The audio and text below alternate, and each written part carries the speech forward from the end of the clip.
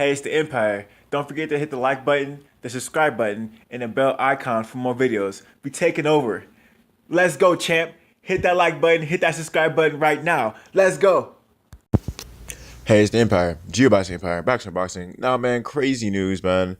Now, Errol Spence gets interviewed all the time, and they have this thing called it's wild PPC on Fox, right? Where Errol Spence is getting interviewed, and they have a statistic, and you guys should see on a screen.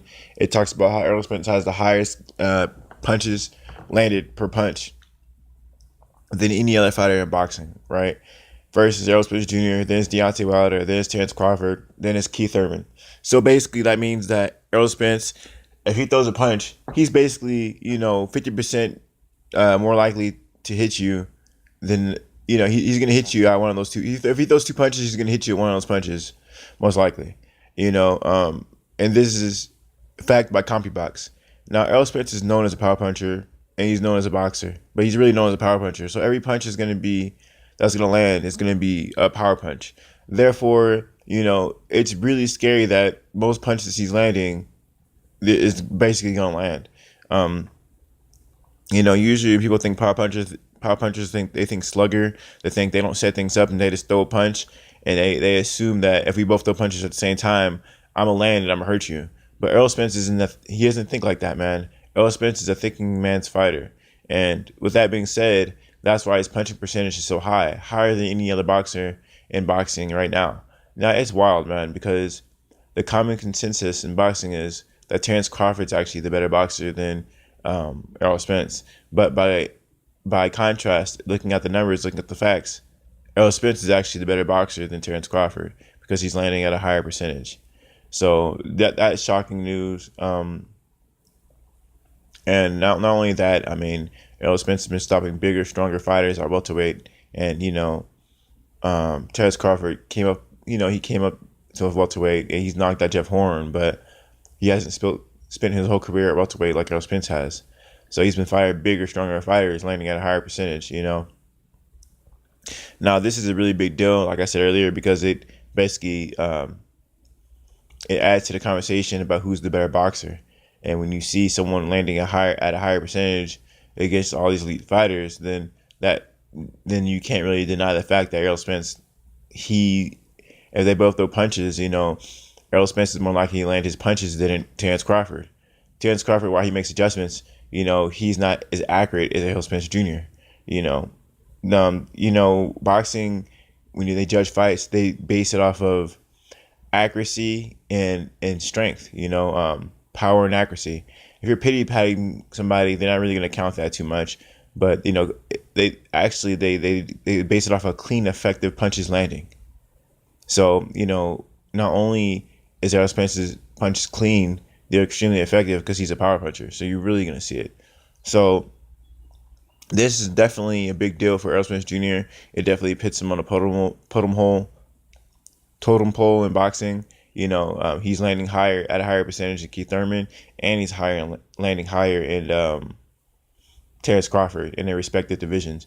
Which is welterweight. They threw Deontay Wilder in there, but he's a heavyweight, so I'm not even going to talk about him because, no one's going to fight. No, he's welterweight, to be fighting a heavyweight, so it's not even worth talking about them. But yeah, so Errol Spence, he basically adds to his repertoire of abilities. And this is a really big deal, man, because people gotta understand that Errol Spence he looks like an orthodox fighter fighting southpaw when he fights, because he fights behind his jab. Everything starts from his jab. Everything starts from that distance. If Errol Spence can maintain distance with his jab from there on out, he's basically playing with you on the outside and basically setting you up for a straight left. And when he does, he throws a straight left to the body, he throws it to the head, and he comes around with the left hook, and then he starts getting wider with shots with hooks. Because we all know that Errol Spence Jr., when he throws his hooks to the body, it's mostly like a right hook, left hook type thing. He's not really throwing like a power jab to the body. He's basically, when he's hooking you, it's at an angle. So when he's hitting you with a straight jab, he's stepping around you, hitting with the right hook. So that being said,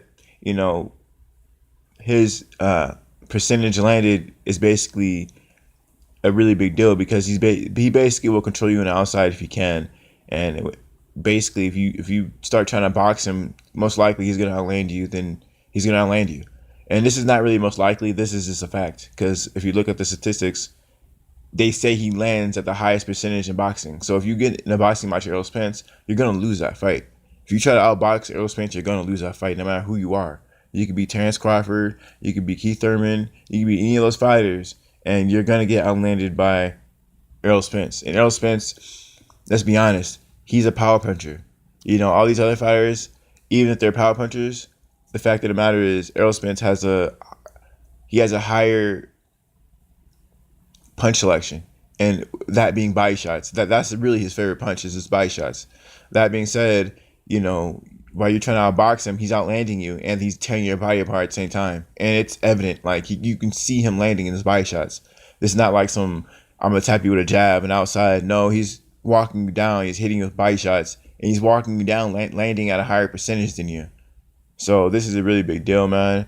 It's shocking, and people really need to understand this information and stop saying things like Terrence Crawford can outbox Errol Spence when Errol Spence lands at a higher percentage than Terrence Crawford. So if they box, the chances are Errol Spence will land more punches, you know?